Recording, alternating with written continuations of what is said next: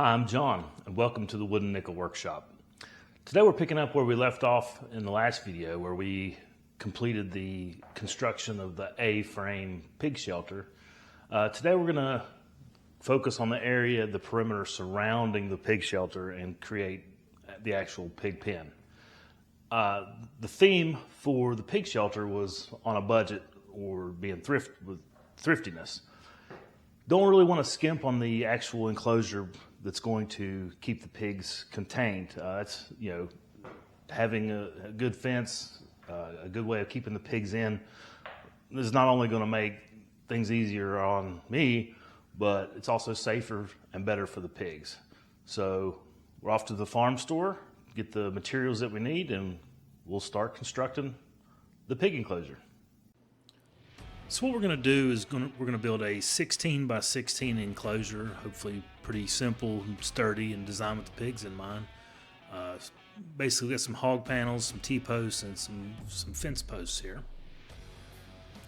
And once we get all our materials gathered up, we do start to break out the tape measure and figure out a 16 by 16 area, trying to keep things square to the pig house that is already located there. So we got about 3 feet behind, so that way the pigs can still walk and keep that weed free. And then we hook up, in my opinion, one of the greatest inventions ever, which is this post hole digger attachment for the tractor.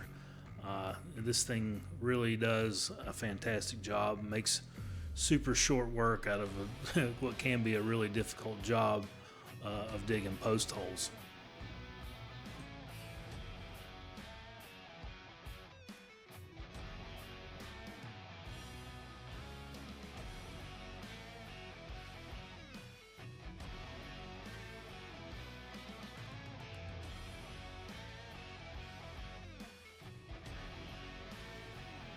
And here's a look at the result. You can see we had quite a few tree roots, as we are in a shady location, so there are some trees present, but the post hole digger made pretty short work of that. And so right quick, I get to work to putting the fence posts into the recently completed holes. They're just shy of 3 feet deep, so that should be plenty enough earth to be nice and sturdy, keep some pigs in their enclosure. And even on a pig pen, we want to make sure everything's nice and plumb. So there's the level check on the fence post. Looking good, bubble right in the middle. And then we proceed to start tamping all 4 fence posts in, working that loose dirt around the fence post to start with, filling in any of the voids that might be there, and just it's kind of a slow process, but patience will be rewarded on this, and the nice sturdy fence posts. The soil that we have here is very heavy and clay, so this will set up really nice and strong.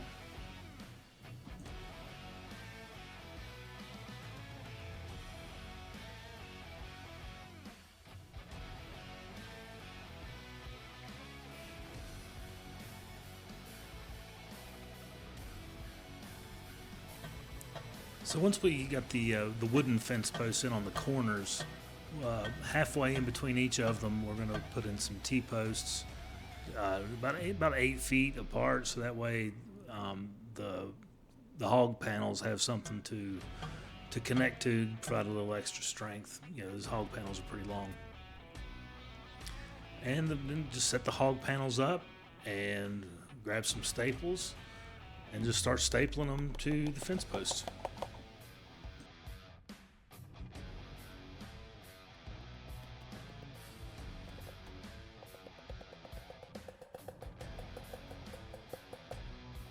And once we got 3 of the panels up, put the gate on. It's just a nice little gate. And you can see this is where we're at so far in the build. Got three hog panels up with the T-posts in between. Gotta do some cutting for the gate. And so here you see taking the angle grinder, and I believe we had to cut about just shy of 4 feet, or we went ahead and cut 4 feet off And there's a little bit of overhang on one side once we put it up there, but it works out pretty well.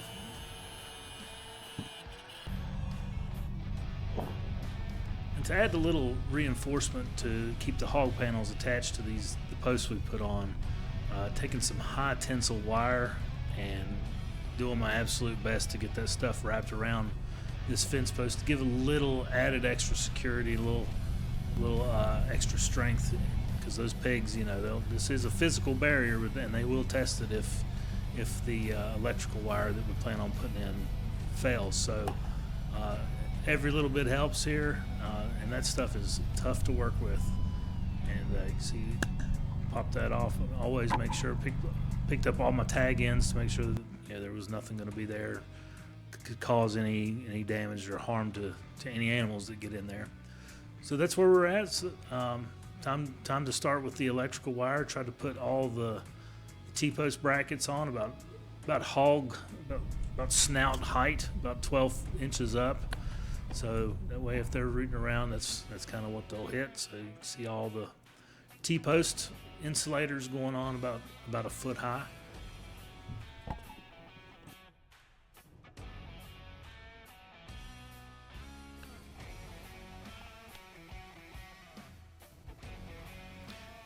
And each corner post gets an insulator as well, also about 12 inches or snout high.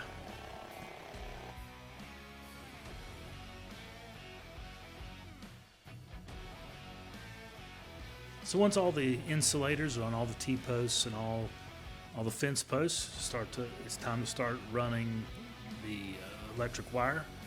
Just feed them through the grooves that are located on each of the insulators.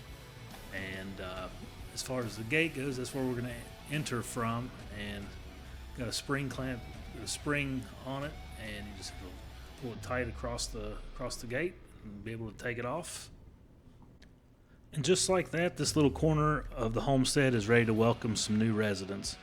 It's so satisfying to watch a project come together. You start with a stack of fence posts and hog panels, and end up with something that serves a real purpose.